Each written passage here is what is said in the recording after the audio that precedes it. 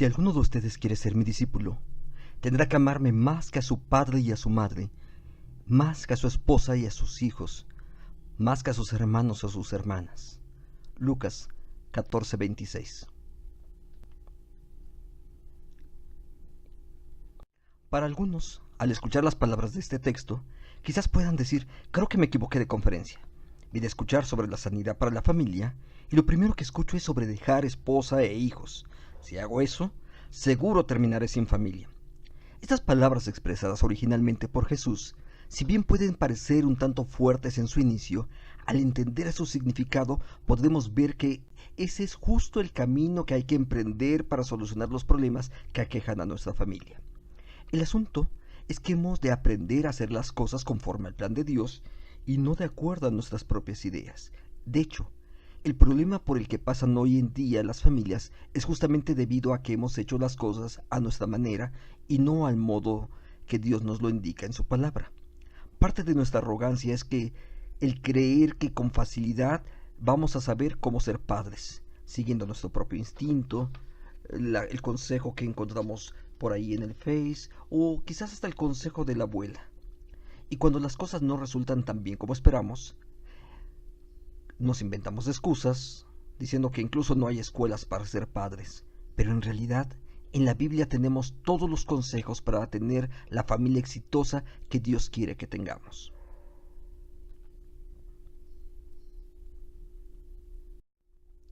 Poner en práctica lo dicho en nuestro texto base nos hace superar nuestro desorden humano, para asumir entonces el orden que Dios nos ha dado para nuestra vida, donde Él es quien ha de ocupar el lugar central de nuestra vida, tal y como lo enseñó Jesús. El primero y más importante de los mandamientos, dijo Jesús, es el que dice así: escucha, pueblo de Israel, nuestro Dios es el único Dios de Israel.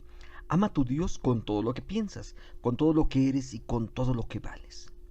Tener una vida centrada en Dios, donde Él es lo primero en nuestra vida, nos permitirá que todos los otros elementos de nuestra vida, todos los demás aspectos en los que cotidianamente nos desenvolvemos, se coloquen en el lugar que Dios les ha dado.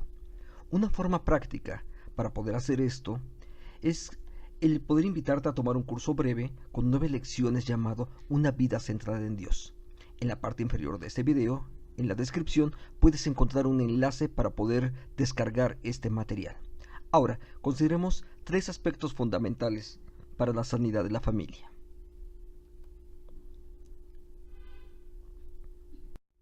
Esos 3 aspectos fundamentales para la sanidad de la familia son el caminar juntos en la fe, transmitir la fe hacia la familia y número 3, fomentar la espiritualidad. Revisémoslos uno a uno.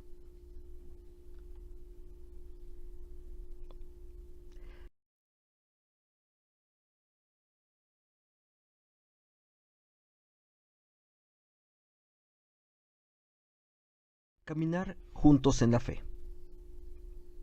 La pregunta que el profeta Amós hace es importante no solo a la familia, sino para todas las relaciones en lo general. ¿Andarán dos juntos si no están de acuerdo? Amós 3:3. Este es un aspecto fundamental para la familia. Sin embargo, es un tema que frecuentemente se deja de lado, dando como resultado que en lugar de hacerse uno, como indica el texto creacional, al formar parte de una familia, solo se asocian en algunas áreas de intereses comunes. Esto explica por qué el hombre deja a su padre y a su madre, eso dicen las escrituras, y se unen a su mujer para formar un solo cuerpo. Génesis 2:24. Las consecuencias de esto es que al seguir cada uno en su individualidad, los desencuentros ocurrirán en algún momento, porque efectivamente no están caminando juntos. La idea de caminar juntos y hacerse uno son complementarias e implican la fusión de dos horizontes para ser solo uno y así caminar juntos bajo la guía de Dios. Ese aspecto es fundamental para la formación y el desarrollo de la familia, como el texto mismo lo dice cuando se refiere a la participación social y por supuesto a la relación de la familia. Escucha lo que dice la escritura aquí. No se asocien íntimamente con los que son incrédulos. ¿Cómo puede la justicia asociarse con la maldad? ¿Cómo puede la luz vivir con las tinieblas? 2 Corintios 6:14. Considera este texto brevemente. Esto por supuesto tiene que ver con lo referente a la enseñanza del Deuteronomio. No permitirás que ninguno de tus hijos e hijas se case con gente de esta generación. Por esa causa esa gente, sus hijos y sus hijas, adorarán a otros dioses y dejarán de obedecer a nuestro Dios. ¿Con quién vas a formar una familia? Es un asunto trascendente, en el que es necesario seguir el consejo de Dios. Al no hacerlo, nosotros ponemos en riesgo la integridad de la familia, pues caminar juntos es más que ponernos de acuerdo sobre dónde pasaremos las vacaciones. Se trata de las creencias básicas con las que se guía la familia y las convicciones de fe que le van a orientar día a día. Así entonces, es indispensable que las personas con las que vamos a compartir la vida y efectivamente hacerse uno, compartamos la misma fe. Claro está, hablando de compartir la misma fe, no es lo mismo que asistir solamente al mismo lugar de culto, sino que el tener la misma fe es esencial para el desarrollo de la familia. ¿Cómo pretendemos caminar bajo la dirección de Dios si no lo estamos caminando juntos? Revisemos algunos elementos. Caminar juntos en la fe, tenemos que considerar lo siguiente: es no casarse con quienes no son de la fe, quienes no profesan una fe cristiana. No importa si son buenas personas, algunos aspectos no van a caminar igual precisamente porque no somos de la misma personas y las creencias básicas que nos guían, los valores éticos y morales, etcétera, finalmente serán distintos. Inciso B, crea posibilidades para que tu pareja llegue a la fe. Hay que crear, es cierto, en algunas ocasiones, bueno, es que yo ya estoy casado, está bien, ya estás casado. Entonces, parte de tu trabajo será precisamente encontrar oportunidades para que tu pareja también pueda llegar a conocer acerca de Jesucristo, donde el papel que tú desarrollas se vuelve muy, muy importante. Número 3. Comparte oportunidades de crecimiento juntos. Bien, los dos ya están en la fe, los dos caminan juntos, pero los dos están creciendo al mismo nivel, los dos están desarrollándose en el mismo papel. ¿Sabes? Esta parte es muy importante. Me ha tocado ver una y otra familia que precisamente porque los dos conocen algo, pero alguno de ellos se quedó sin desarrollar nada acerca de su fe, simplemente es creyente y ahí se quedó, mientras que su pareja probablemente empezó a crecer, a tener más comunión con Dios, a desarrollarse en algunos ministerios y de pronto se genera un desequilibrio. Caminar juntos es justamente que ambos están buscando los elementos necesarios para que juntos también crezcan al respecto de la fe. Vamos a nuestro punto número 2. Transmitir la fe a la familia. Un error común de los evangélicos es creer que el entorno en el que naces determina el quién vas a ser. Esto que dicho en estos términos parece absurdo, es lo más común. Se piensa que al nacer en una familia de creyentes, los hijos de igual manera habrían de ser creyentes, pero no necesariamente va a ocurrir eso. De hecho, la Escritura nos conmina a transmitir intencionalmente la fe generacionalmente. Veamos esto. Recuerda siempre estos mandamientos que te doy hoy. Enséñaselos a tus hijos. Háblales sobre ellos cuando estén en tu casa, cuando camines, cuando te acuestes y cuando te levantes. Observa el papel. Es en el ambiente de la familia la transmisión de la fe de padres a hijos. ¿Y cuándo empieza? Desde pequeños. No estés esperando a que cuando tengan grande edad ellos decidan. No. Déjame usar un ejemplo sencillo. Cuando nació tu bebé, posiblemente tenía apenas unas horas de nacido y ya lo estaban vacunando. Y fueron decisiones que incluso fueron consentidas por ti. No te esperaste a que tenga 20 años para que él decida si debe de ponerse o no las vacunas. Tú empezaste a tomar decisiones a favor de él desde ese momento. Ahora, ¿cómo podemos ayudar en la transmisión de la fe? Consideremos algunos elementos.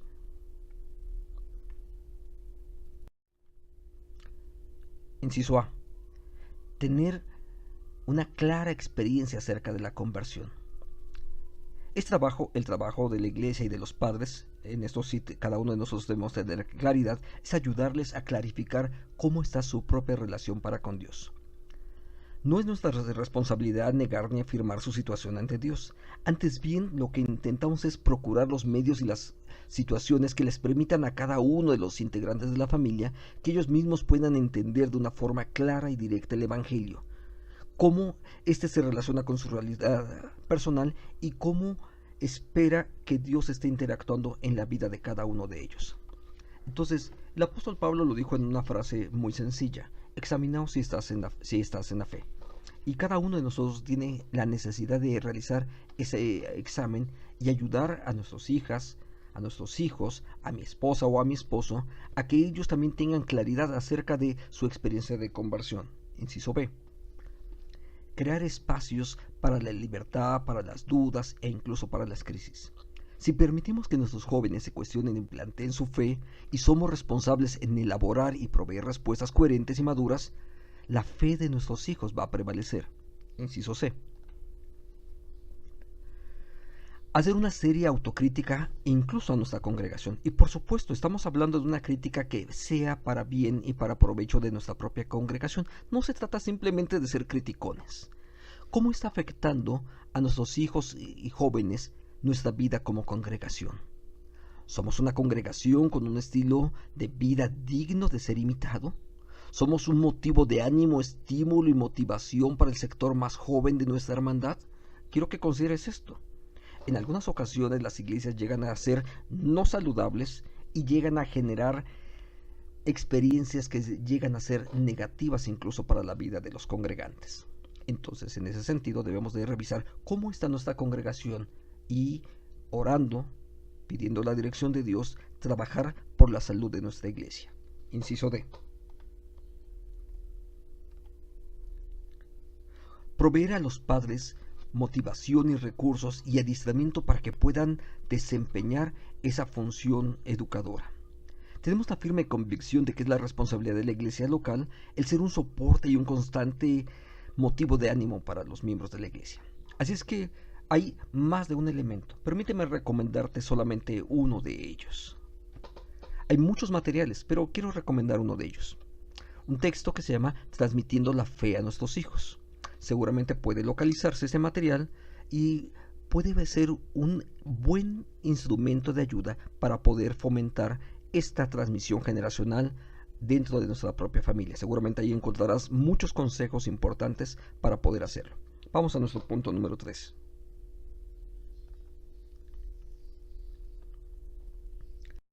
Fomentar la espiritualidad en la familia.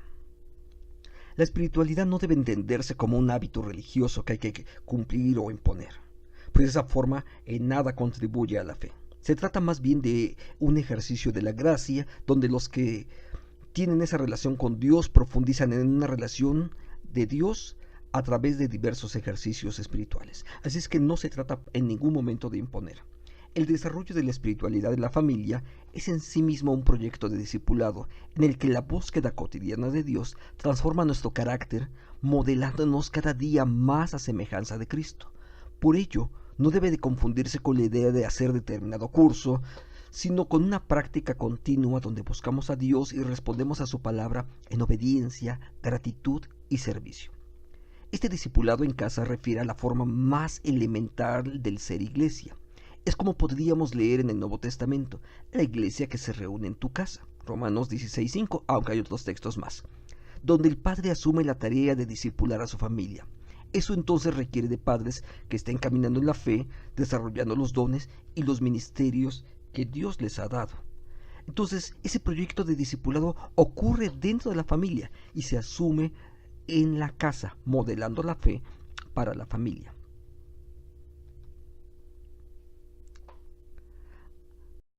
Hacer esto requiere una condición básica. Primero, hemos de andar nosotros mismos en ese camino de la fe y del discipulado antes de compartir la experiencia con otras personas, incluso con nuestra familia.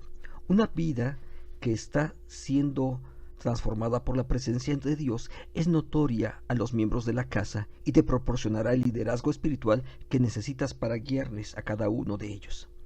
El discipulado aquí es algo más práctico que formal, es decir, se desarrolla a través de lo que se dice y se hace. donde el discipulador enseña intencionalmente con el ejemplo, reconociendo que la espiritualidad es útil para todas las cosas.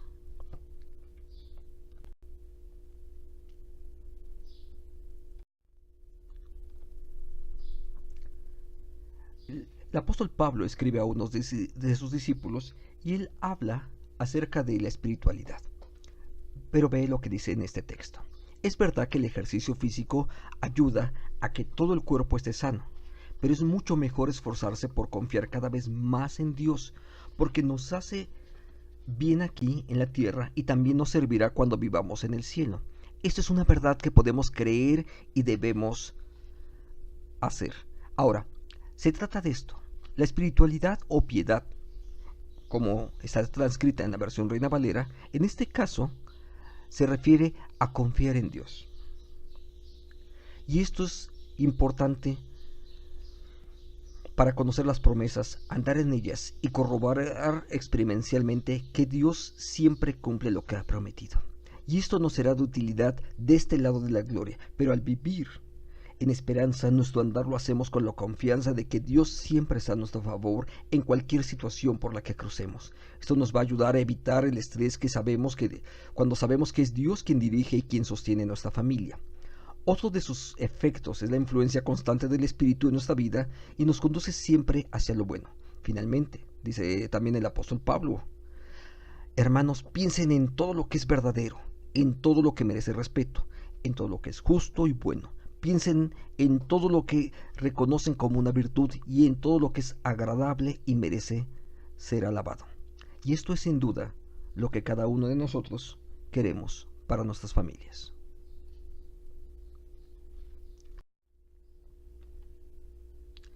Inciso A.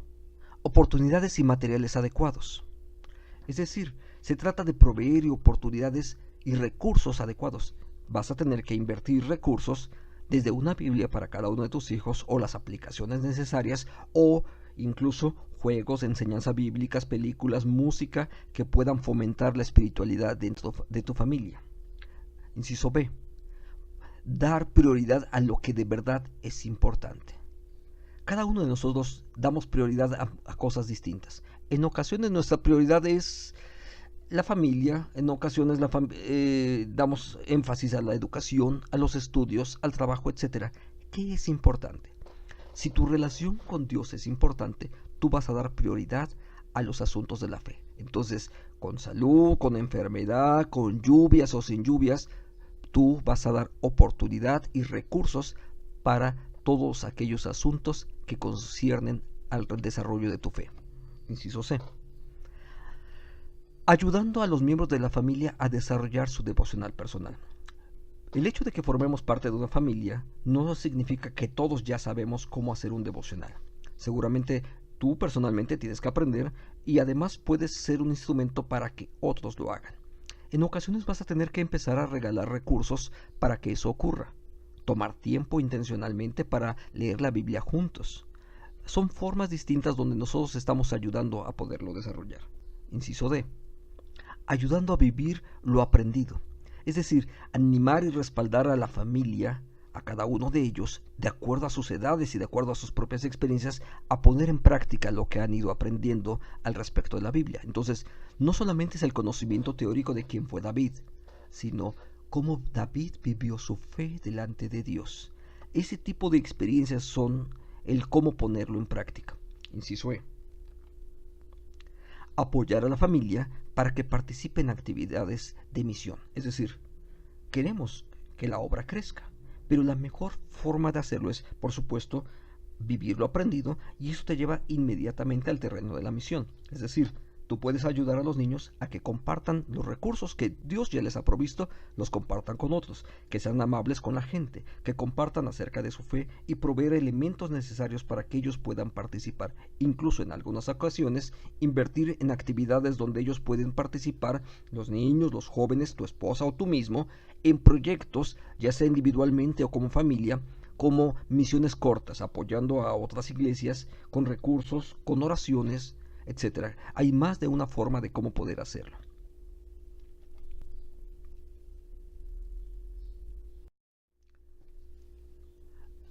La sanidad espiritual es obra de Dios. No lo hacemos nosotros. Ese es un elemento que nosotros no podemos pasar por alto. Pero nosotros nos colocamos bajo el espacio de gracia al que fuimos llamados, y es el Señor quien hará su obra conforme a su promesa. Ve lo que dice este texto. Si ustedes se mantienen unidos a mí y obedecen lo que les he enseñado, recibirán de mi Padre todo lo que pidan. Si ustedes dan mucho fruto y viven realmente como discípulos míos, mi Padre estará orgulloso de ustedes. Al estar unidos a Cristo, su presencia fluye en nosotros y nos lleva a tener una fe obediente que da frutos para su gloria. Y esto siempre terminará siendo para bendición personal y de la familia que Dios nos ha dado para mayordomía. Que Dios te bendiga y use tu vida para poder traer sanidad espiritual a esa familia que Dios te dio. Amén.